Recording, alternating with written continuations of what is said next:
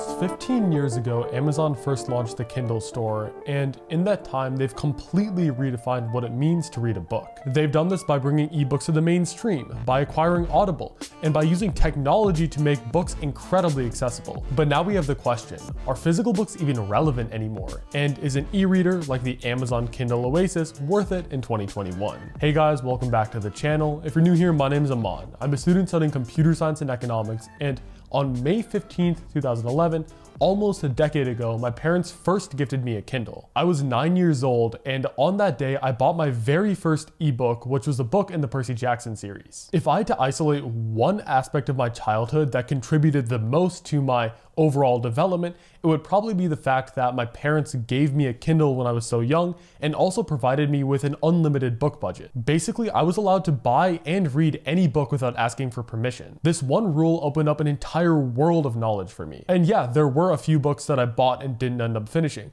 but this rule basically eliminated the friction between deciding to read something and actually reading it. This one privilege was huge, and it probably caused me to read 20 times more than I would have otherwise read. This is the beauty of the Amazon Kindle and the ebook store, and it perfectly displays the most compelling aspect of ebooks and why they trump physical ones every single time. The most impactful aspect of ebooks is their convenience and accessibility. If you want to read more books, the first step is decreasing the friction between deciding to read something and actually reading it. Now imagine if every book had to come from a physical library. First, you have to find the time to actually go to the library.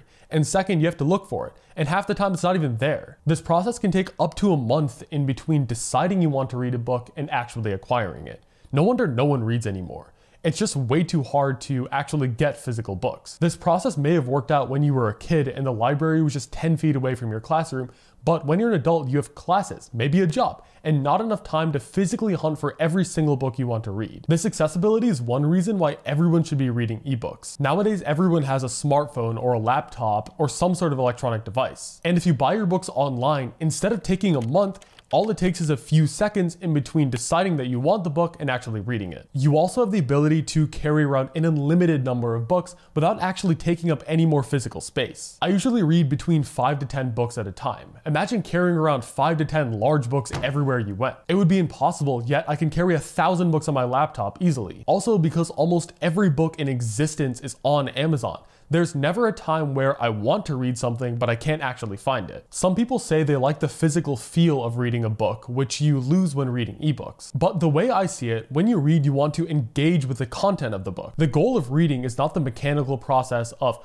moving your eyes left to right while gripping some paper bound together. Imagine reading a physical book, but instead of content, there was nothing in the book except for random letters put together. No one would do that. The point of reading is to actually understand the content, not the physical act of reading. Other than the convenience and accessibility, another huge benefit of ebooks relates to retention and memory. If the goal of reading is to understand and engage with the content, then what's the point of reading if you read something and don't remember anything a month later? I know people who have read a ton of physical books in the last 5 years, but can recall almost nothing today. They didn't highlight, they didn't take notes, they didn't review any key points, so again, what's the point of reading? Passively consuming information produces very little learning. This is my main problem with nonfiction audiobooks. It takes very little effort just to sit there and listen, and because of this, you don't really remember anything later on. Obviously, it's better than nothing, but to maximize the benefit of books, you need to actually contend with the knowledge, either by writing about it, talking about it, or creating something from it. It's way easier to apply what you learn with ebooks. The classic example is highlighting important points. Most people don't really go back to those highlights, but it's still better than nothing. If you want to revisit the book, you have this curated list of key points that you can skim through at any time. I use this app called Readwise, link in the description, to resurface and store the highlights that I take. If you want to learn more, you would take notes as you read. This is a lot easier with ebooks. I like to have Kindle open on one side of the screen with Rome Research open on the other. And as I'm reading, I like to summarize and rephrase important ideas and also connect them back to other things I've read. This process forces me to slow down and actually think about what I'm reading, which makes it much more likely that I'm going to remember it in the future. None of this would be easily done with physical books. I want to make a quick comment about fiction versus nonfiction. If you're reading a fiction book purely for enjoyment and you don't care about memory whatsoever,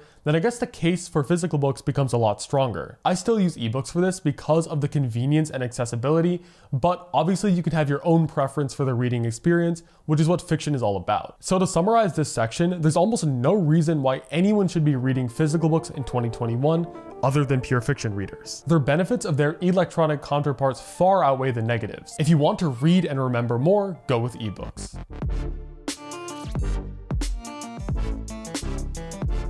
There are a ton of different devices that support ebooks, from phones to tablets to laptops to e-readers. So which one do you choose and what are each of them optimized for? Probably the most common device on this list is the smartphone. Almost everyone nowadays has an iPhone or an Android phone that can read ebooks on the Kindle or iBooks app. However, while you can get by with just reading on your phone, the experience and visibility is by far the worst out of any device on this list. I mainly just use my phone for reading when I'm trying to quickly look up a highlight or note when I'm on the go and don't have any other devices with me. The second most common device on this list is a laptop. Most people have either a laptop or a computer that can support Kindle in the browser. This reading experience is actually pretty decent. I read most of my hardcore nonfiction books on the computer just because I like to take a lot of notes and do some writing. My typing speed is the fastest on an actual keyboard. So if you don't have any other devices, I would recommend reading on your computer, especially if you're reading nonfiction, textbooks, or taking some notes. Now we get to an important discussion: iPad or Kindle for reading ebooks. A lot of people pretend like you have to pick one or the other, like they're substitutes for each other. But that's not how I see it at all. Yes, they can do similar things,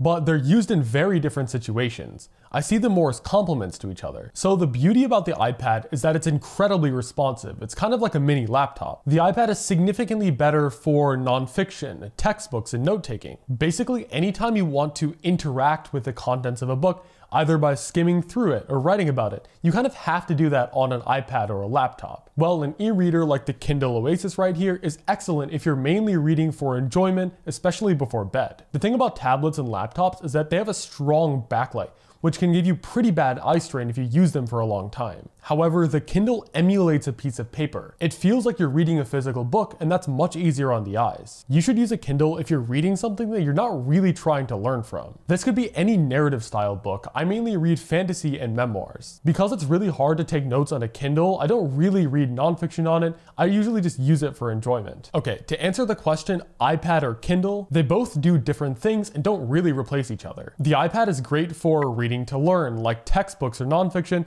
and the Kindle is excellent for reading for enjoyment or relaxation. I've definitely gotten huge utility from actively using both in very different situations. If you're planning to get a Kindle, which one should you actually buy? There are 3 Kindle e-readers in the Amazon lineup. You have the original Kindle, which is $90, the Kindle Paperwhite, which is $130, and the Kindle Oasis, which is $250. Short answer is, if you're trying to get the most for your money, get the Kindle Paperwhite. That device has the greatest number of features for a medium price. But if you want to go more in depth into the individual differences between the devices, here are my thoughts. First, do not get the original Kindle. Yes, it's slightly cheaper than the Paperwhite, but it's completely outdated. The screen is really bad quality and difficult to read on. The point of an e-reader is to enjoy the reading process, so why would you sacrifice that just to get the price a little bit lower? Just don't get the original Kindle. A more interesting question is, should you get the Kindle Paperwhite or the Kindle Oasis? Obviously, this depends on how much money you have to spend. If you can't afford the Oasis, then you should clearly go for the Paperwhite. However, let's assume you can afford both and you're trying to figure out which one would fit your unique circumstance better. So the main benefit of the Kindle Oasis is the screen and the build quality. But these improvements only matter if you normally read right before bed. If you're someone who likes to read right before you fall asleep and you have the cash to burn, you should go for the Oasis. First of all, it has a warm backlight, so during the night, it's significantly easier on your eyes